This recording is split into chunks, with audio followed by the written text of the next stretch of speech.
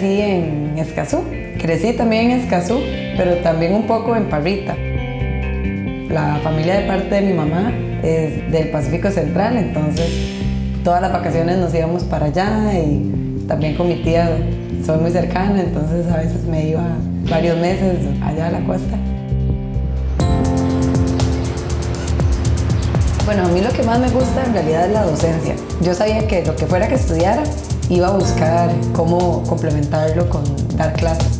Y por dicha comencé a trabajar en la universidad y pude dar clases y eso también es una rama de la ingeniería química. Pues siempre puede uno aportar algo desde la docencia. Y después comenzamos con la investigación, que me llamó mucho la atención. Y es un campo en el que siempre se puede estar innovando y uno no se queda estático, eso me gusta. Después de la maestría me contrataron en la Universidad Técnica de Berlín. Entonces ahora en el doctorado estoy trabajando en el departamento de energía y métodos basados en exergía. Estamos trabajando diferentes soluciones en el almacenamiento de energía a gran escala, investigando dos diferentes tecnologías que no dependan de la locación geográfica. Por ejemplo, podríamos producir a partir de energía solar en el Sahara muchísima energía, almacenarla y transportarla para que podamos contar simplemente con las energías más eficientes, más renovables y más limpias.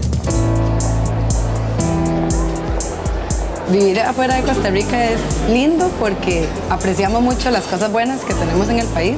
La comunidad tica es también muy unida. Cuando nos topamos, terminamos haciendo gallo pinto, comiendo patacones. Las cosas que a uno le hacen falta. Los alemanes son muy puntuales, son personas muy directas. Cuando yo llegué hace 2 años, llegué al otoño y después el invierno, que fue un invierno muy frío.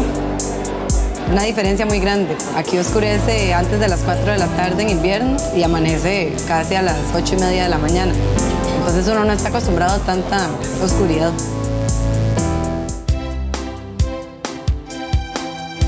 Yo pienso que para el desarrollo de la universidad y del país en general necesitamos que profesionales vayan al exterior también a formarse. Y no quiere decir que en Costa Rica no tengamos la capacidad, porque sí la tenemos. Salir del país nos abre la mentalidad y nos hace también ver soluciones que tal vez no hubiéramos tomado en cuenta en un inicio. Es una de las ventajas. Sí, yo nunca pensé que me iba a ir a Egipto a vivir. Creo que eso va a cambiar completamente el panorama. Ahora sí, la cultura va a ser otra. Una de las preguntas que me hicieron en la entrevista del trabajo fue ¿yo qué haría si no me toman en serio por ser mujer?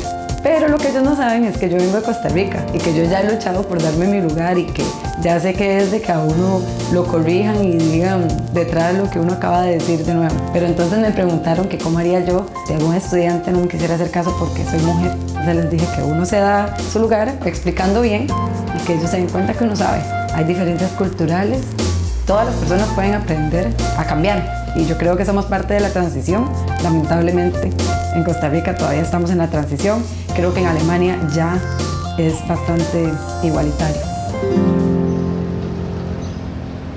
A mí lo que más falta me hace es mi familia. Por ejemplo, ayer internaron a mi abuelita en el hospital y con todas estas cosas que estoy pensando, que Egipto, que tengo que pasarme de apartamento hoy, que dejar el apartamento, mi prioridad es cómo está mi abuelita. Y sé que se la tienen que jugar sin mí. No me gusta el hecho de estar afuera y no poder estar ahí para mi familia. Sin duda, es el sacrificio más grande. Sí me gustaría volver, porque hoy es mi abuelita y pasado mañana uno no sabe, ¿verdad? En 4 años pueden ser mis papás. Sin duda hay una Jimena antes de Alemania y, bueno, antes de Egipto. Después de Egipto y Alemania va a haber otra.